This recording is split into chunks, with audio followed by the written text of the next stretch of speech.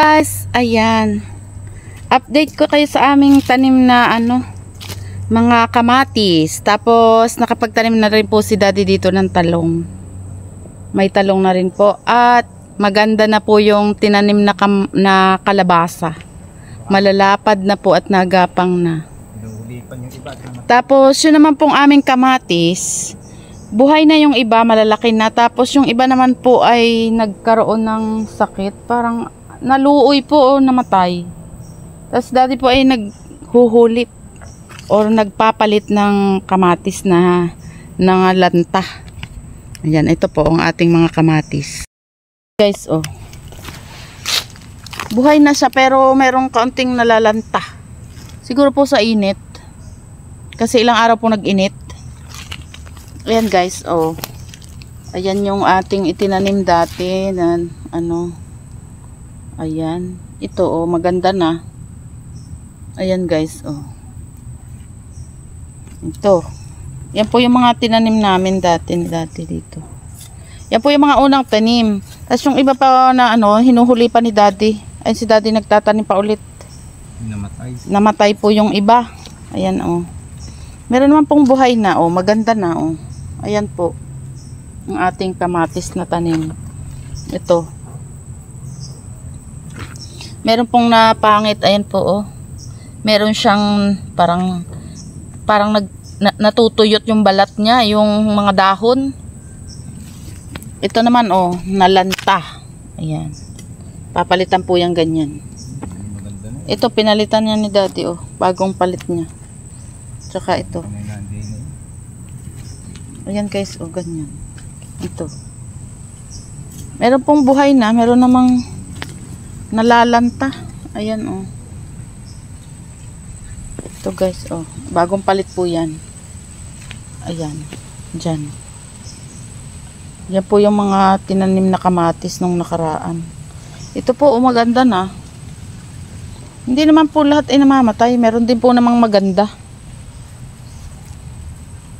Ito po, oh. Maganda na. Okay na. Ay, yung iba po ay kailangan palitan. Kasi namatay. Ayan po, oh, okay yan. Maganda.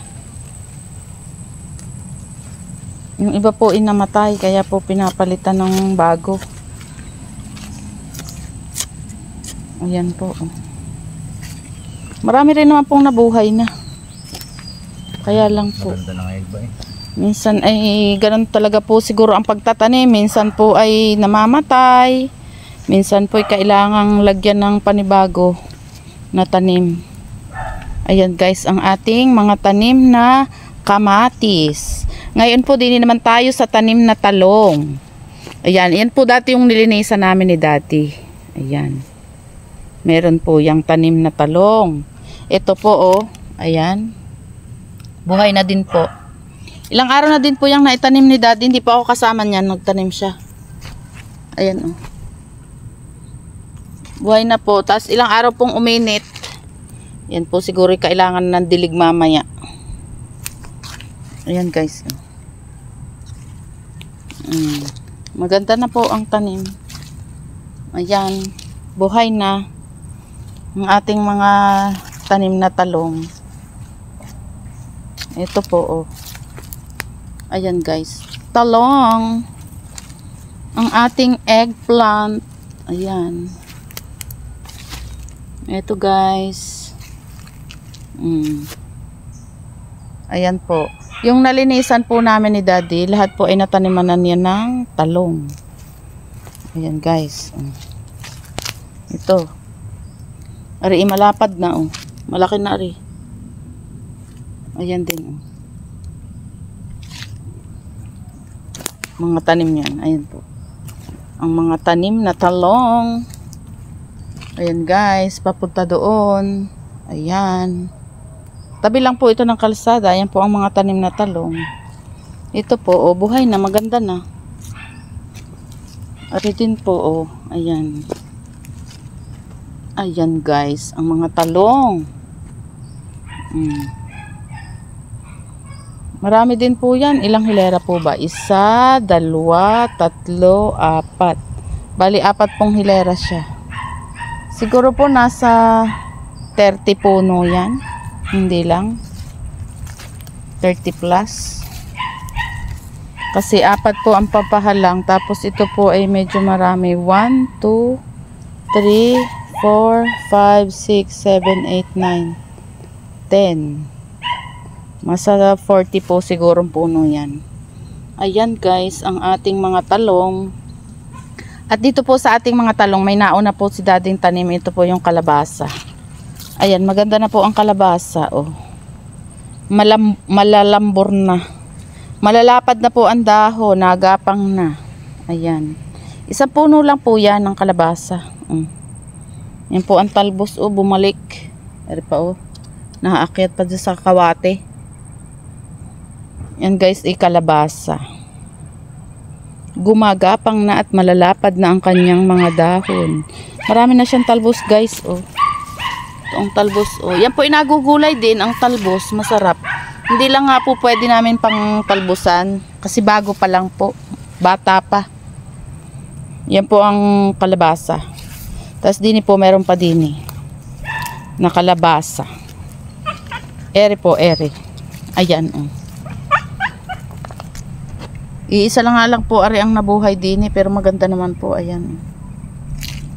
Kasalit po yan ng mga talong. Meron pa po din kakaunting maliit pa lang po. Eri oh. Ayan po, kalabasa din po yan. Tinanim po yan ni daddy nung ako ay hindi kasama. Ito po talong. Tapos po ay may kasalit na kalabasa. Yan po dito sa tabi ng kalsada. O, doon po si daddy nagtanim ng kamatis. Dito naman po sa kabilang ito ay puro talong at saka po kalabasa. Ayan guys. Ito ang talungan. Yan po yung nilinis namin ng nakaraan na kami magkasama din ni daddy. Nilinisan namin. Tapos yung siya lang po, nagtanim na po siya ng talong. Ayan guys. Tapos din naman yung tinanim pa natin ng mga kamatis. Bisitahin natin. Ito pakita ko rin sa inyo. Yung tanim natin ditong kamatis.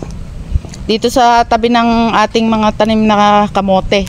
Na dati po ito ay may tanim ding sitaw. Tapos tinaniman namin ngayon ng kamatis. Ayan guys. Oh. Ang kamatis ay buhay na. Ayan guys. Ayan. Sana po ay gumanda. Ayan oh. Maganda na yung iba. Ayan po oh. 4 na hilera din po ere. Siguro po may 30 ka puno ere. Ayan po oh. Pag ganon. Yan pong posting yan. Dati poste yan ng ating sitaw. Sa hindi pa po nakakapanood ng aking mga video. Ayan po. Dati po ito'y poste ng sitaw. Ngayon po ay gagamitin namin pinaka-poste ng kamatis. Kasi ang kamatis po kailangan niyan ay mayroon siyang patulayan or parang gagawin pong kabag kasi nataas po yan. Itatali po diyan sa puno na yan ng poste. Ayan ang ating kamatis. Oh, maganda na ang kamatis. Doon din sa kabilang yun. Oh, maganda na yung kamatis natin. Oh. Ito pa guys. Oh. Ayan. Ganyan na po yung kamatis natin din. Yan po yung unang tanim. Buti po lahat siya ay maganda din. Ayan oh. Ayan guys oh. Ayan hanggang doon sa dulo. Eri po oh. Ayan. Yan po ang ating mga kamatis. Oh. Ang kamatis natin ay maganda na. Ayan po. Buhay na. Ayan guys. Hindi lang po ako palaging nakakapunta din kasi po ay nag-work na nga po ako. Ayan guys. Minsan po ay may seminar pa. At kung ano-ano pa pong activities. Ay kaya po tayo ay hindi araw-araw nakakapunta dito. Hindi po kagaya dati nang hindi pa ako nagwo-work na malimit po kami dito ni daddy. 2 kami. Kaya mas marami po kaming nalilinis at marami kaming naiitanim noong mga nakakaraan. Ngayon po, ayan. Si daddy lang po pupunta rito pag ako po ay hindi kasama. Ayan guys. Oh. Ang ating mga kamatis na tanim. Maganda na. Ayan guys. Tapos doon yung ating mga talungan sa kabila. Ayun. Diyan ang mga talong. kalabasa, kamatis. At meron din po tayo dyang mga sa katabi ay mga kadyos na hindi naman po sobrang dami.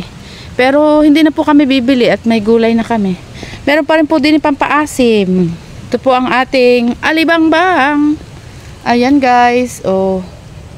May alibangbang tayo din sa tabi ng talungan at ng ating mga kalabasa. Ayan guys, nagdidilig si daddy ng kanyang bagong tanim na mga kamatis. Nagtanim po siya o naghulip, nagpalit ng tanim. Ito guys, oh. Ito ang mga kadyus natin. Ayan po.